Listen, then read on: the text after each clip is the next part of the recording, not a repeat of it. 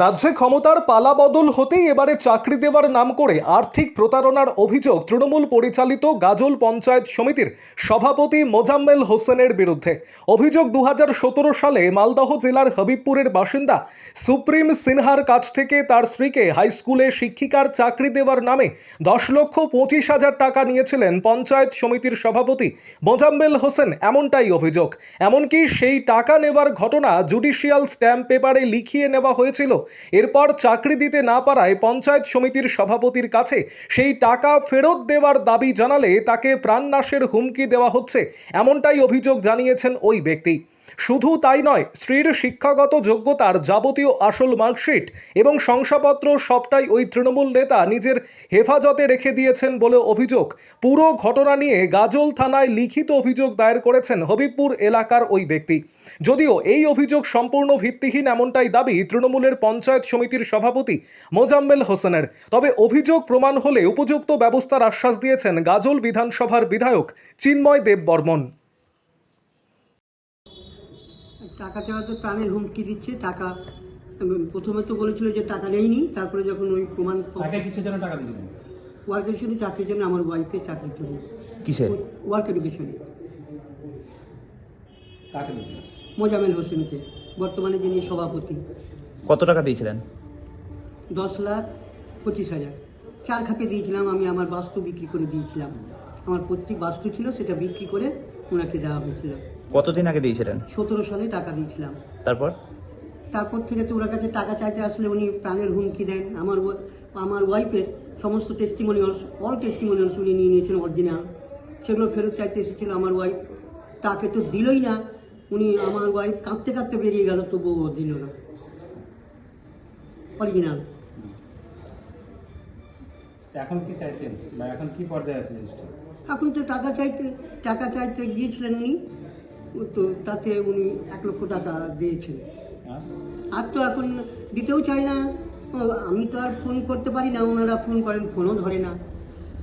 আপনি কি চাইছেন? আমি টাকা চাইছি, ফাইল চাইছি। আমার ফাইল, আমার ওয়াইফ কত কষ্ট করে পড়াশোনা করেছিল, সে পুরো ফাইল চাই ওর কাছে আছে। এ নিয়ে কোথাও অভিযোগ জানিয়েছেন? হ্যাঁ, থানায় জানিয়েছি, তার কপি এটা।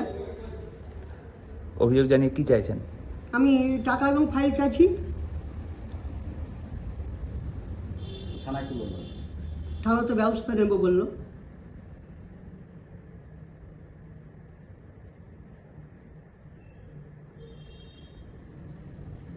আপনার নাম? আমার নাম সুপ্রিম কুমার সিনহা। বাড়ি? এতদিন পরে হঠাৎ মনে পড়লো কেন? এতদিন কেন?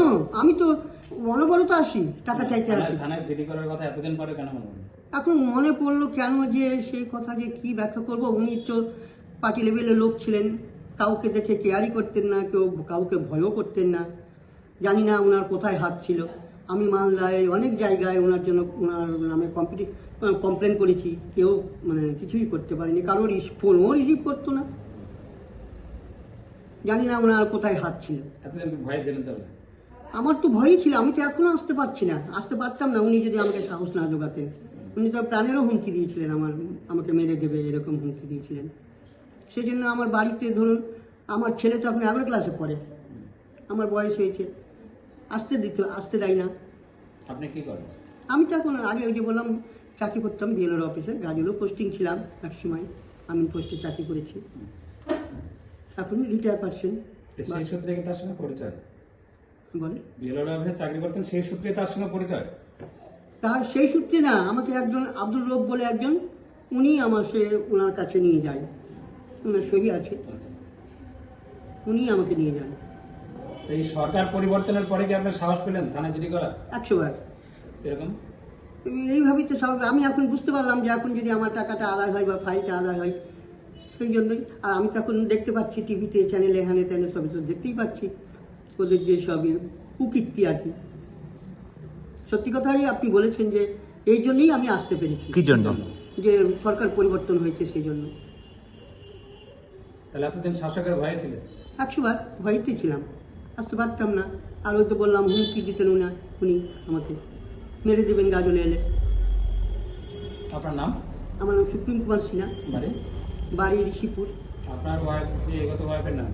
রীতা সিনহা। কি করে এখন? এখন টিউশনি করে, বাচ্চাদের পড়ায়।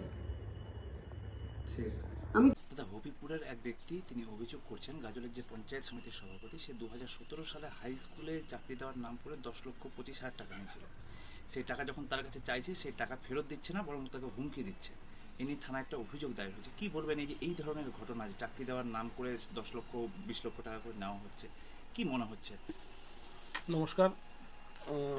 দেখুন, মনে হওয়ার বলতে পশ্চিমবঙ্গ রাজ্য জুড়ে শাসক দল তৃণমূলের গত 15 বছর ধরে যে কি বলবো অবৈধ কাজের রমরমা চলছিল, তার অবসান ঘটতেই, রাজনৈতিক পালাবদল হতেই সাধারণ মানুষ তারা কিন্তু বুকে সাহস বেঁধেছে এবং তারা রাজ্য জুড়ে সমস্ত এরকম ইল্লিগাল কাজ যেগুলো অবৈধভাবে হয়েছে সেগুলোর জন্য কিন্তু মানুষ আওয়াজ তুলছে।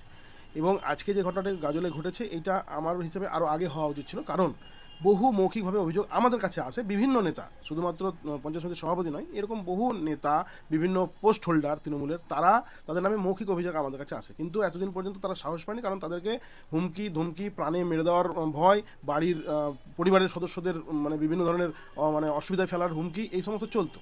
কিন্তু আজকে যখন রাজনৈতিক পালাবদল হয়েছে, মানুষ বিশ্বাস পেয়েছে এবং চারিদিকে দেখতে পাচ্ছে যে না, বাস্তবিক তাই, যারা অন্যায় করেছে তাদের প্রতি মানে সেই রকমভাবে সঠিক বিচার হচ্ছে এবং সাধারণ মানুষ তার বিচার পাচ্ছে। সেই জন্যই আজকে গাজলে যেটা হয়েছে সেটাকে আমি সাধুবাদ জানাই, কারণ এটা শুধুমাত্র এরকম নয় যে একমাত্র পঞ্চায়েত সমিতির সভাপতি, এছাড়াও বহু তৃণমূলের নেতা আছে যারা এরকম ধরনের চাকরি দেওয়ার নাম করে, কোথাও বিভিন্ন কাজ পাইয়ে দেওয়ার নাম করে, কোথাও ঠিকাদারি পাইয়ে দেওয়ার নাম করে প্রচুর পয়সা তারা নিয়েছে। এবং সেই সমস্ত মানুষ আজকে বিভিন্নভাবে তারা মানে সর্বশান্ত হয়ে গেছে। কেউ হয়তো জমি বিক্রি করে দিয়েছে, কেউ হয়তো বউয়ের বাড়ির সোনাদানা বন্ধক রেখে দিয়েছে, গরিব মানুষ পড়াশোনা করে চাকরি পাওয়ার নামে তার পরিবার বাড়ির জায়গা পর্যন্ত বন্ধক দিয়ে রেখেছে। এরকম বহু অভিযোগ আমার মৌখিক আছে। তো আজকে যে ব্যক্তি বা যারা এটা করেছেন তাদেরকে আমি সাধুবাদ জানাই, তারা সাহস বেঁধেছে। এবং আমিও বলতে চাই যে পশ্চিমবঙ্গের প্রশাসন একদম সঠিকভাবে কাজ করবে এবং অন্যায়ের ন্যায্য বিচার হবে এবং সাধারণ মানুষ তার বিচার পাবে। এই স্ট্যাম্পের উপরে লেখা আছে নিচে টাকা নিচে তার এগ্রিমেন্ট আছে, কিন্তু সভাপতি বলছে এটা তার এগ্রিমেন্টের সই না, সই জাল করে করা হয়েছে। দেখুন, যদি তাই হয়, ওনার বক্তব্য মানে নিজের পক্ষ রাখার অধিকার আছে। যদি তাই হয় তাহলে ওনার সিগনেচারটা ওই যেভাবে করে পুলিশ শনাক্ত করে, ফরেন্সিক বা হ্যান্ড রাইটার যারা আছে যারা দেখে, তারা দেখে পরীক্ষা করে বুঝতে পারবে যে তার সইটা জাল কি আসল। এবং এই অভিযোগটা আজকে হয়েছে, তো আপনারা লিখে রাখুন, আগামী দিনে এই ধরনের অভিযোগ আরও হবে এবং সেই সইগুলোও উনি জাল বলবেন। কিন্তু ছাড়ার বা পালানোর কোনো কিন্তু রাস্তা নেই। যে কাজটা উনি করেছেন বা ওনারা করেছেন তাদেরকে কিন্তু তার উত্তর দিতেই হবে আগামী দিনে। কিন্তু এখনো পর্যন্ত সেই টাকা ফিরিয়ে দিচ্ছেন না। অসম্ভব। এভাবে এই বিষয়ে আমার কাছে জানা নেই। যেটা উনি অভিযোগ করছেন সে সর্বৈব মিথ্যা।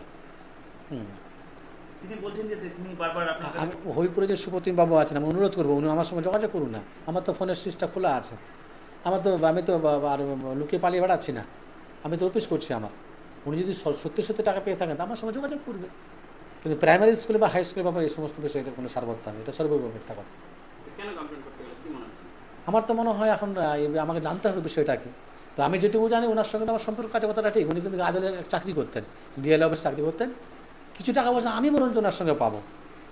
আমি বলছি না লোকটা খারাপ, লোকটা কিন্তু ভালো। ওনার সঙ্গে আমার দীর্ঘদিনের সম্পর্কও আছে, আমি দেখেছি, ব্লকে অনেক সময় এসেছে। কিন্তু যে অভিযোগটা উনি করেছেন চাকরির বিষয়ে, সেটার বিষয়ে 2017 সালের অভিযোগ হঠাৎ করে এই সময়ে এসে অভিযোগ দায়ের হচ্ছে, কি মনে হয়? জানি না এখন এটা বিষয়টা কি। আবার যারা দরকার আছে একটু, যে 2017 সালে টাকা পাবে আর আবার এসে 2026 সালের 16 তারিখে 17 তারিখে এসে বলছে, এই আবার কিছু বুঝতে পারছি না। কি মনে হচ্ছে এই অভিযোগের সাথে রাজ্যের পালাবদলের কোনো সম্পর্ক? না, এই অভিযোগের সঙ্গে আমি রাজ্যের পালাবদল বলবো না। কারণ রাজ্য সরকার যেটা করছে বা রাজ্য সরকার কাজগুলো যেগুলো করছে সেগুলো সত্যি খুব ভালো কাজ। তাদের কাজে এবং আমাদের মাননীয় মুখ্যমন্ত্রী যেগুলো কাজ করছেন সত্যি আমি খুব খুশি। এর সঙ্গে রাজ্যে পালাবদলের কোনো সম্পর্ক নেই। তবে এটা বলবো, কিছু স্বার্থান্বেষী মানুষ যারা মানে বিজেপি সেজে দালালি করছে, যারা সত্যি আমার বিজেপি বন্ধু গাজলে আছেন, আমি তো দেখেছি খুব ভালো ওনার সঙ্গে যোগাযোগ আছেন, পরস্পর আমাদের সহযোগিতা আছে, আমরা একসঙ্গে থাকছি, একসঙ্গে থেকেছি বিগত দিনে। কিন্তু কিছু লোক নিজেদের জেলা সভাপতি, জেলা মোর্চার সভাপতি, এটা সভাপতি, ওটা সভাপতি দায়ী বলে দালালি কাজ শুরু করেছে।